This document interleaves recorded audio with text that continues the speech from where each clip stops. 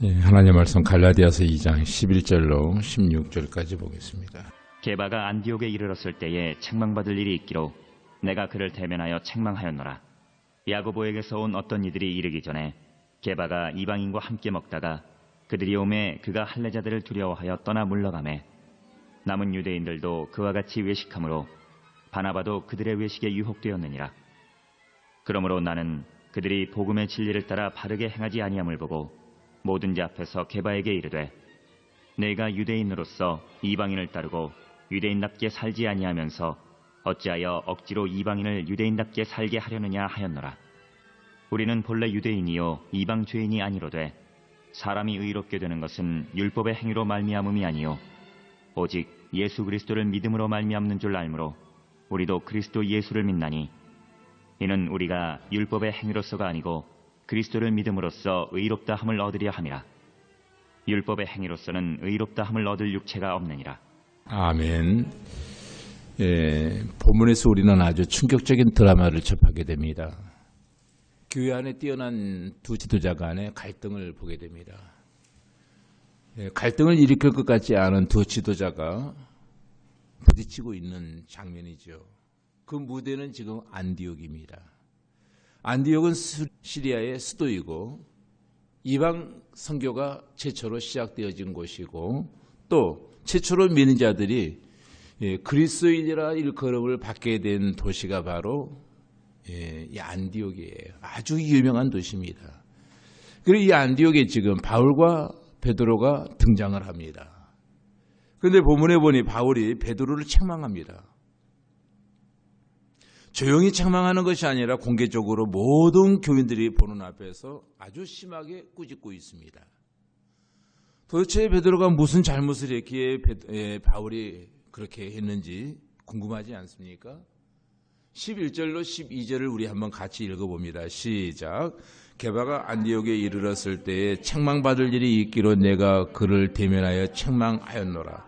야고보에게 온 어떤 이들이 이르기 전에 게바가 이방인과 함께 먹다가 그들이 오매 그가 할례자를 두려워하여 떠나 물러가매. 아멘. 베드로가 두 가지 일을 했습니다. 먹다가 숟가락을 놓고 밥상을 물렸다는 겁니다. 그것이 베드로가 한 일의 전부예요. 근데 무엇이 잘못되었단 말입니까?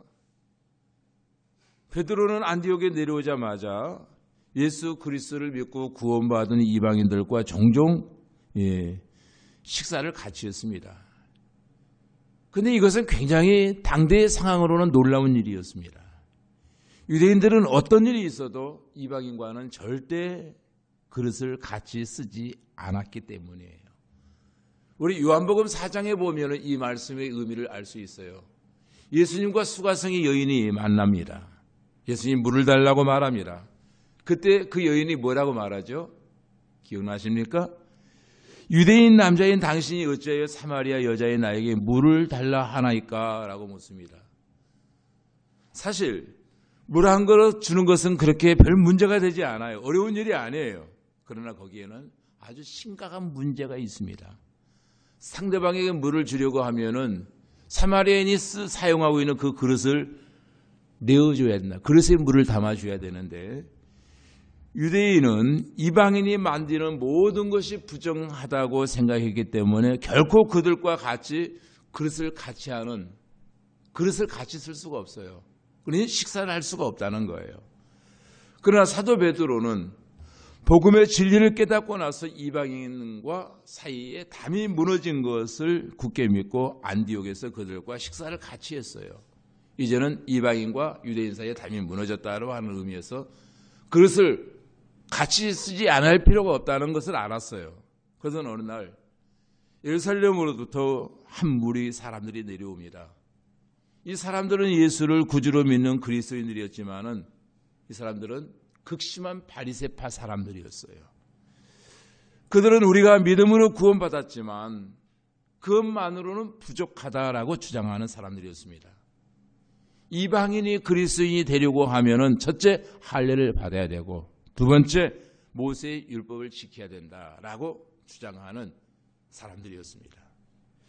사도 베드로는 이방인들과 함께 밥을 먹는데 그때 누군가가 예루살렘에서 한 무리가 도착했다고 베드로에게 전합니다. 그 무리는 할례를 매우 강조하고 모세의 율법을 강조하는 사람들인데 만약 당신이 이방인과 식사를 같이 하고 있는 것을 볼 때 싫어할 것이라고 전합니다. 그 말을 듣자마자 베드로는 숟갈을 빨리 내려놓고 뒷문으로 도망가고 말았습니다. 베드로가 왜 이렇게 했습니까? 복음을 받아들인 후에 이방인과 유대인 사이에 담이 무너졌다고 확신한 베드로였습니다. 그런데 베드로가 이런 행동을 한 것은 여러분 무엇 때문일까요?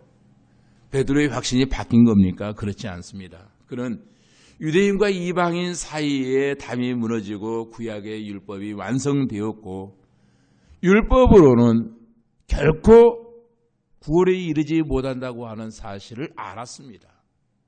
이처럼 복음의 진리를 분명히 알게 된 베드로가 왜 이런 행동을 하게 되었을까요?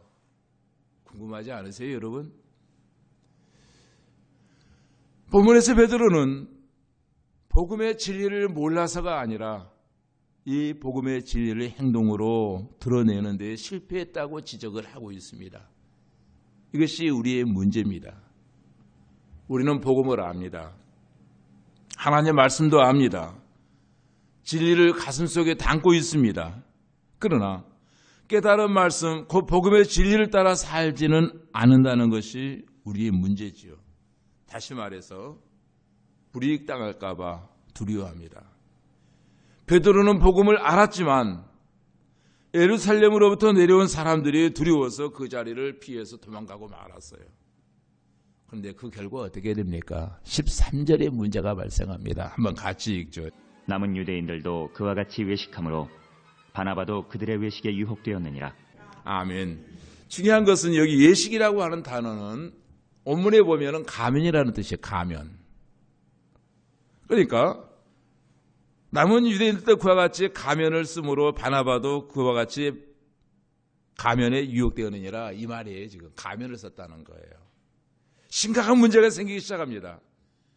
베드로만 예식하고 가면을 쓰고 가면을 쓴 것이 아니라 남은 유대인들도 가면을 썼다는 거예요. 심지어 바나바까지 베드로를 따라서 가면을 쓰게 되었다는 그런 말이에요. 본문은 간단하게 말합니다. 베드로가 가면을 쓰기 시작합니다. 왜? 복음의 진리를 알았는데 머리로는 알았는데 그 복음의 진리를 행동으로 따르지 못했다는 거예요. 14절을 한번 같이 봅니다. 시작. 그러므로 나는 그들이 복음의 진리를 따라 바르게 행하지 아니함을 보고 모든 자 앞에서 게바에게 이르되 내가 유대인으로서 이방인을 따르고 유대인답게 살지 아니하면서 어찌하여 억지로 이방인을 유대인답게 살게 하려느냐 하였노라. 아멘. 사도 바울의 베드로를 면책합니다. 지금 이 문제는 베드로의 개인적인 문제가 아닙니다. 베드로의 행동으로 인해서 바울이 전한 예수 그리스도의 죽음으로 말미암아 이 땅에 심겨진 복음의 진리가 흔들리게 되었다는 거예요. 바로 이 문제 때문에 바울이 열을 받아서 지금 베드로를 책망하고 있는 거예요. 그렇다면 바울이 그렇게 강조한 복음의 진리가 뭡니까? 그가 열을 올리며 보호하려고 애썼던 복음의 진리가 도대체 뭐예요? 그게 15절로 16절의 내용입니다. 시작. 우리는 본래 유대인이요 이방 죄인이 아니로되 사람이 의롭게 되는 것은 율법의 행위로 말미암음이 아니요 오직 예수 그리스도를 믿음으로 말미암는 줄 알므로 우리도 그리스도 예수를 믿나니 이는 우리가 율법의 행위로서가 아니고 그리스도를 믿음으로써 의롭다 함을 얻으려 함이라. 율법의 행위로서는 의롭다 함을 얻을 육체가 없느니라. 아멘. 먼저 우리는 하나님의 거저 주시는 은혜로 말미암아 우리의 행위와 전혀 상관없이 예수 그리스도를 믿기만 하면 의롭게 된다고 하는 사실을 알아야 됩니다. 오늘날 사람들이 이 말씀을 얼마나 많이 오해하는지 모릅니다. 많은 성도들이 머리로는 이론적으로는 구원받았다고 하는 것을 알지만 행동으로는 율법적인 생활을 할 때가 많아요. 어쩌면 오늘 이 시대를 살아가고 있는 많은 그리스도인들이 바로 이 모습을 간직하고 있는지도 모릅니다. 복음은 거저 주시는 하나님의 은혜입니다. 우리는 하나님이 누군지 분명히 압니다. 또 중요한 것은 우리가 하나님을 알기도 전에 그분이 우리를 먼저 사랑하셨다는 거예요. 그분이 이 땅에 인간의 몸을 입으시고 오셔서 갈보리 언덕 십자가에서 죽으십니다. 우리가 달려야 될 십자가에 그분이 대신 돌아가신 거예요. 그리고 예수님은 텔레레스타이, 내가 다 이루었다. 너희의 죄를 내가 다 갚았다. 라고 선포하십니다. 언제입니까? 우리가 하나님을 모를 때, 우리가 아직 죄인 되었을 때에 그리스도께서 우리를 위하여 죽으심으로 우리에 대한 자기의 사랑을 확증하신 사건이에요. 그래서 15절로 16절을 지금 강조하고 있는 거예요.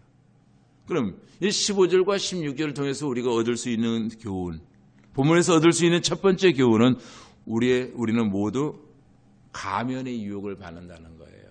저도 여러분도. 종종 우리는 가면의 유혹을 받습니다.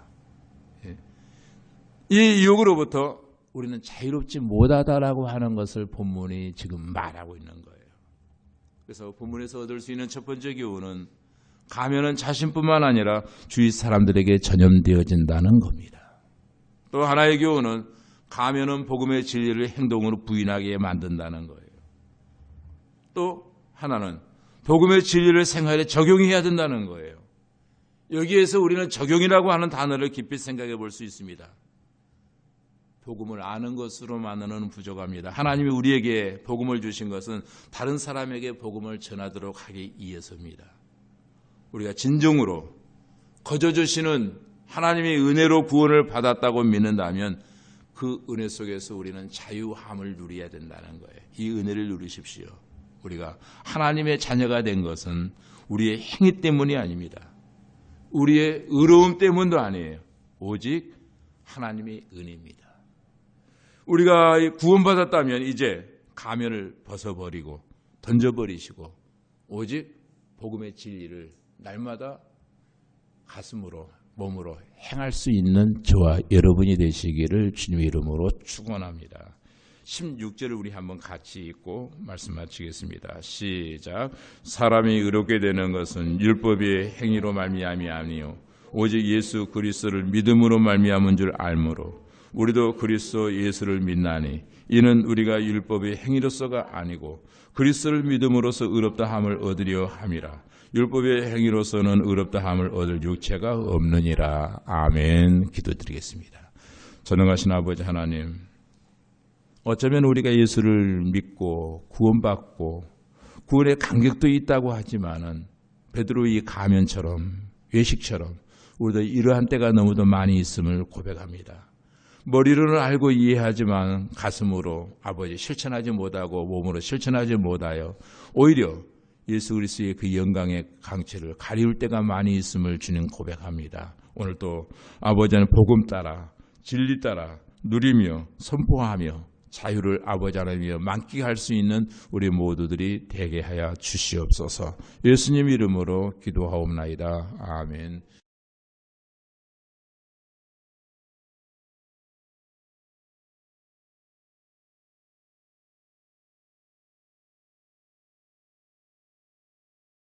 하나님 말씀 갈라디아서 2장 15절로 21절까지 우리 함께 교독하겠습니다. 우리는 본래 유대인이요 이방 죄인이 아니로되 사람이 의롭게 되는 것은 율법의 행위로 말미암음이 아니요 오직 예수 그리스도를 믿음으로 말미암는 줄 알므로 우리도 그리스도 예수를 믿나니 이는 우리가 율법의 행위로서가 아니고 그리스도를 믿음으로써 의롭다 함을 얻으려 함이라. 율법의 행위로서는 의롭다 함을 얻을 육체가 없느니라. 만일 우리가 그리스도 안에서 의롭게 되려 하다가 죄인으로 드러나면 그리스도께서 죄를 짓게 하는 자냐? 결코 그럴 수 없느니라. 만일 내가 헐었던 것을 다시 세우면 내가 나를 범법한 자로 만드는 것이라. 내가 율법으로 말미암아 율법에 대하여 죽었나니 이는 하나님에 대하여 살려 함이라. 내가 그리스도와 함께 십자가에 못 박혔나니 그런즉 이제는 내가 사는 것이 아니요 오직 내 안에 그리스도께서 사시는 것이라. 이제 내가 육체 가운데 사는 것은 나를 사랑하사 나를 위하여 자기 자신을 버리신 하나님의 아들을 믿는 믿음 안에서 사는 것이라. 내가 하나님의 은혜를 패하지 아니하노니 만일 의롭게 되는 것이 율법으로 말미암으면 그리스도께서 헛되이 죽으셨느니라. 아멘. 할렐루야. 감사합니다. 오늘도 여러분 승리하신 것을 축하합니다. 우리는 행위를 고침으로써 의인이 될 수는 없습니다. 지금 16절을 다시 한번 읽어보세요. 사람이 의롭게 되는 것은 율법의 행위로 말미암음이 아니요 오직 예수 그리스도를 믿음으로 말미암는 줄 알므로 우리도 그리스도 예수를 믿나니 이는 우리가 율법의 행위로서가 아니고 그리스도를 믿음으로써 의롭다 함을 얻으려 함이라. 율법의 행위로서는 의롭다 함을 얻을 육체가 없느니라. 아멘. 여러분이 여기에 등장하는 첫 번째 대명사가 뭡니까? 사람입니다. 그 다음 두 번째 말씀에 나옵니다. 우리도 그리스도 예수를 믿나니 이는 우리가 율법의 행위로서가 아니고 그리스도를 믿음으로써 의롭다 함을 얻으려 함이라. 똑같은 말씀이지만 두 번째 대명사는 우리로 바꿉니다.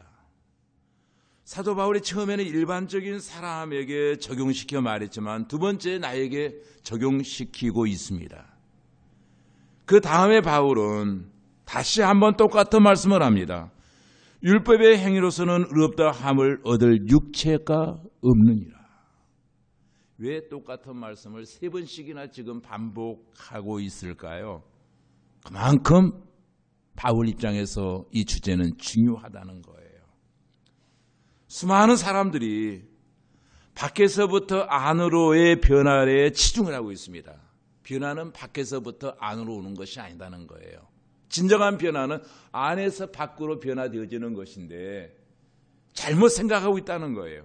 행위를 바꾸면 마음이 변하나요? 아니에요. 중요한 것은 속사람의 진정한 변화가 일어나기 전에는 겉사람이 변화되지 않는다는 거예요. 그래서 하나님은 우리에게 이렇게 말씀하십니다. 바로 이 말이에요. 너희 힘으로 되는 게 아니야. 율법의 행위를 조금 고친다고 의롭게 되느냐? 아니야. 내 방법을 따라야 너희가 의롭게 되는 거야. 중요한 것은 저와 여러분이 어떻게 변화될 수 있는가? 어떻게 좀 더 나은 배우자가 되고 좀 더 아름다운 가정을 이룰 수 있을까? 바로 이 문제, 이 주제를 본문은 말하고 있습니다. 저와 여러분이 변화되려면 하나님 앞에서 우리 자신의 모습을 올바로 파악해야 된다는 거예요. 17절을 다시 한번 읽습니다. 시작. 만일 우리가 그리스도 안에서 의롭게 되려 하다가 죄인으로 드러나면 그리스도께서 죄를 짓게 하는 자냐? 결코 그럴 수 없느니라. 아멘. 이 말씀이 굉장히 중요한 말씀입니다. 이 말씀은 우리가 그리스도 안에서 의롭게 되려고 문제를 해결하려고 변화를 받으려고 교회에 왔는데 도리어 우리가 깨달은 것은 죄인이라고 하는 사실이 드러나 버리고 말았다는 거예요. 이 말씀을 원어 성경 그대로 해석하면 이런 뜻입니다. 예수를 믿으려고 교회에 왔더니 내 문제를 고치지 않고 내 문제는 고쳐지지 않고 나는 변화되지 않고 내가 죄인임이 만천하에 드러났다. 이 말이에요. 지금 원어 성경에서 보면은 죄인인 게 드러났다는 거예요. 사랑하는 성도 여러분, 복음이 무엇입니까? 복음은 그리스도를 찾아오는 자에게 그가 죄인임을 명백하게 드러내는 게 복음이에요. 복음 앞에 설 때 우리가 죄인인 것을 깨달아요. 베드로가 예수님을 만난 이후에 주여 나를 떠나소서 나는 죄인으로소이다 라고 고백합니다. 자기 자신이 보이기 시작해요. 복음 앞에서.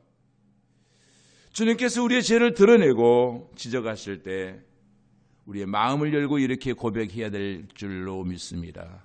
모든 것이 저의 문제입니다. 싸울 때도 자기의 문제를 종결하면 싸움은 빨리 끝나요.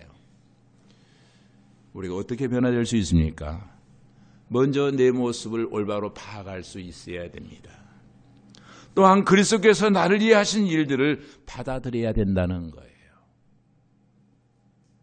하나님이 우리에게 율법을 주셨습니다. 율법을 주신 목적을 오해하는 사람들이 많아요. 왜 하나님이 율법을 주셨을까? 율법주의자들은 하나님이 주신 율법을 하나하나 지킴으로 의롭게 되기 이함이라고 이야기합니다. 또 아니에요. 하지만 그것은 잘못된 생각입니다. 하나님이 율법을 주신 의도는 그런 목적이 아니에요. 하나님이 왜 이 율법을 주셨습니까? 갈라디아서와 로마서를 종합해 보면은 이유는 하나예요. 하나님이 율법을 주신 이유는 율법을 통해서 우리가 얼마나 큰 죄인인가를 깨닫게 하시기 위해서 율법을 주셨거든요. 지키라고 주신 것이 아니에요. 왜? 기준이 없으면 잘못된 것이 없습니다. 정답이 없으면 오답이 없습니다. 그렇기 때문에 하나님이 율법을 우리에게 주신 거예요. 그러면 율법의 요구는 오직 하나예요. 율법은 형벌을 요구합니다. 율법은 아무리 작은 죄를 지었다 해도 우리가 죽음으로 그 죄를 갚아야 된다고 말씀합니다. 우리 모두는 다 죄를 지었습니다. 율법은 우리에게 내가 잘못되었다. 그러므로 너는 죽어 마땅하다. 율법의 결론은 너는 죄인이고 너는 죽어 마땅하다가 율법의 결론이에요. 희망이 없습니다.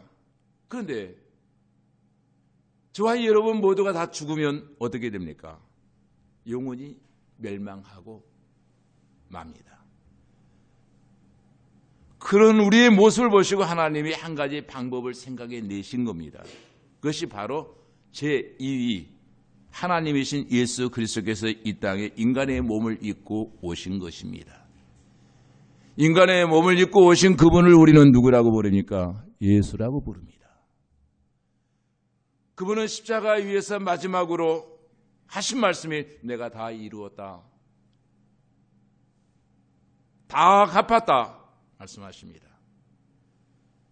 네가 지급해야 될 율법의 요구를 너희가 감당해야 될 율법의 모든 형벌을 내가 대신 갚았다. 이것이 텔레스테네스 십자가 위에서 다 이루었다의 의미예요. 그래서 사도 바울은 여기에서 놀라운 이야기를 합니다. 우리가 어떻게 변화될 수 있는가? 19절 20절을 한번 같이 읽습니다. 답이죠. 시작. 율법에 대하여 죽었나니 이는 하나님에 대하여 살려 함이라. 내가 그리스도와 함께 십자가에 못 박혔나니 그런즉 이제는 내가 사는 것이 아니요 오직 내 안에 그리스도께서 사시는 것이라.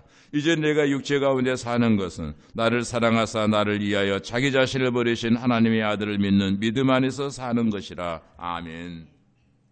이것은 내가 율법에 대하여 죽었나니와 똑같습니다. 이 10절에 중요한 단어가 첨부되었습니다. 내가 십자가에 못 박혔나니 라는 문장에 어떤 말이 나옵니까? 그리스도와 함께라고 하는 말이 나옵니다. 그리스도와 함께 우리는 십자가에 못 박혀야 합니다. 율법이 그것을 요구합니다. 왜? 내가 율법을 범했기 때문에, 내가 죄를 범했기 때문입니다. 그러나 하나님은 나를 십자가에 못 박아야 되는데 죄 지은 나, 형벌받아야 마땅한 나를 십자가에 못 박지 아니하시고 그리스도를 대신 십자가에 못 박았다는 겁니다. 20절의 내용이 바로 그 내용이에요. 내가 죽어야 될 십자가 위에 나를 대신하여 이 땅에 오신 그분 예수가 십자가에 못 박혀 죽었다는 거예요. 그래서 이 말은 그리스도께서 십자가에 못 박히신 날 이 세상 모든 죄가 저절로 사해졌습니까? 아니에요. 이 말씀 잘 들으세요. 거기에 조건이 있습니다. 바로 십자가의 사건을 나의 사건으로 믿는 자들만이 율법의 죄로부터 사함을 얻는다는 거예요. 하나님이신 예수님이 나를 너무도 사랑하셔서 인간의 몸을 입고 이 땅에 오시어 내 죄로 말미암아 내가 마땅히 달려야 될 그 십자가에 내 대신 돌아가셨다고 하는 사실을 믿는 자에게 구원이 이루어지는 거예요. 아무리 좋은 약이 있다 할지라도 그 약을 먹지 아니하면 치료가 되지 않아요. 아무리 주님이 좋은 길을 우리에게 만들어 놓았다 할지라도 그 길을 걷지 아니하면 그 길은 나와 상관없는 길이에요. 중요한 것은 우리가 십자가의 그 사건을 믿는 순간 하나님은 우리를 인정해 주시고 그것을 의로 여기시고 믿는 그 자체를 의로 여기신다는 거예요. 내가 십자가에 못 박히지 않아도 그리스도가 십자가에 못 박히신 그것을 믿음으로 말미암아 그것을 의로 여기시고 나를 그 사건의 십자가의 고통에 나를 동참시켜 주신다는 거예요. 그래서 우리는 그리스도인이라고 하는 크리스찬이라고 하는 단어의 의미는 그리스도와 연합되어진 사람, 그리스도께 속한 사람, 내가 십자가에 못 박힌 것으로 간주한다 이 말이에요. 그리스도인은 그 십자가의 사건이 바로 나의 사건이라는 거예요. 어떻게 인간이 변화될 수 있습니까? 그리스도께서 나를 위해 하신 일을 받아들이는 거예요. 20절의 사건을 바로 나의 사건으로 받아들이는 겁니다. 그래서 바울이 고백하는 거예요. 내가 십자가에 못 박혔나니. 에베소 2장 8절 9절의 사도 바울은 이렇게 말합니다. 너희는 그 은혜에 의하여 믿음으로 말미암아 구원을 얻었나니 이것은 너희에게서 난 것이 아니요 하나님의 선물이라. 아멘. 여러분 선물 받아보신 적 있습니까? 전 선물을 좀 받아보았는데 여러분 선물의 의미가 뭐예요? 특히 아버지가 우리에게 선물했습니다.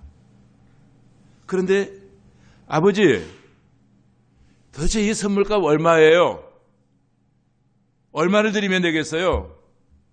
아니 아버지가 아들에게 선물을 사왔는데 아들이 하는 소리가 아버지 이거 얼마예요? 내가 드릴게요 라고 말하면은 그 선물 준 아버지 얼마나 기분이 나쁘겠어요? 그건 아버지를 향한 모욕 아니에요. 선물을 받았으면은 그 선물은 내 것입니다. 그리고 감사하면 되는 겁니다. 아빠 감사해요. 엄마 감사해요. 하나님의 말씀하십니다. 9절에 행위에서 난 것이 아니니 이는 누구든지 자랑하지 못하게 하려 함이라. 에베소 8장 2장 9절이에요. 우리를 대신해서 하나님의 놀라운 우리와 사랑을 받아들일 때 하나님은 너희는 문제가 많지만 내가 믿는 날부터 너는 내 자녀요. 믿는 그 순간부터 너의 모든 잘못을 내가 의로 삭제해버리고 속죄라고 하는 말이 그 말이에요. 삭제해버리고 이제 너는 새로운 피조물이 되었다라고 말합니다. 고린도후서 5장 17절에 말합니다. 그런즉 누구든지 그리스도 안에 있으면 새로운 피조물이라 이전 것은 지나갔으니 바오라 새 것이 되었도다. 아멘. 이 말이 바로 그 말이에요. 예수 그리스도의 십자가 사건을 나의 사건으로 받아들이는 그 순간 그 사람은 이미 하나님은 죄인으로 보는 것이 아니고 새로운 피조물로 보신다는 거예요. 하나님은 행위로 의롭게 될 수 없음을 아시고 우리의 행위를 고친다고 의로워지지 않아요. 어느 좀 고쳤다고 우리가 의로워집니까? 속사람이 그대로인데 아니다는 거예요. 이것을 아시고 하나님이 친히 내려오셔서 우리 대신 십자가에서 우리가 받아야 될 모든 고난을 받으시고 우리를 의로움의 잔치에 초대하신 거예요. 나를 믿어라. 나의 행한 일을 믿어라. 받아들여라. 그 순간 너의 문제는 해결되어질 것이다. 너는 변화된 인생을 살 수 있다. 내 과거를 묻지 않으마. 무슨 죄를 지었던 상관하지 않으마. 너는 그리스도 안에서 다시 시작할 수 있는 존재야. 이것이 하나님의 방법입니다. 그래서 이 말씀의 의미를 제대로 깨달은 사도 바울이 이렇게 고백합니다. 20절을 한번 같이 읽습니다. 시작. 내가 그리스도와 함께 십자가에 못 박혔나니 그런즉 이제는 내가 사는 것이 아니요 오직 내 안에 그리스도께서 사시는 것이라. 이제 내가 육체 가운데 사는 것은 나를 사랑하사 나를 위하여 자기를 버리신 하나님의 아들을 믿는 믿음 안에서 사는 것이라. 아멘. 이 말씀의 의미를 오늘 또 깊이 묵상하시는 가운데 주의를 성수하실 수 있기를 바랍니다. 기도하십시다. 전능하신 아버지 하나님, 오늘도 귀중한 하나님의 말씀 우리로 하여금 깨달아 알게 해주시고 복음의 핵심 기도가 바로 예수 그리스도인 것을 알게 하심에 감사합니다. 우리의 행위로서는 전혀 하나님 앞에 나올 수 없고 의롭다 함을 받을 수 없는 존재임에도 불구하고 예수 그리스도를 믿는 것 자체를 의로 여기시고 오늘도 하나님의 자녀 삼아주시고 오늘도 아버지 하나님을 나의 아버지라 부를 수 있는 은혜와 특권 주심에 감사하여 예수님 이름으로 축복하며 기도하옵나이다.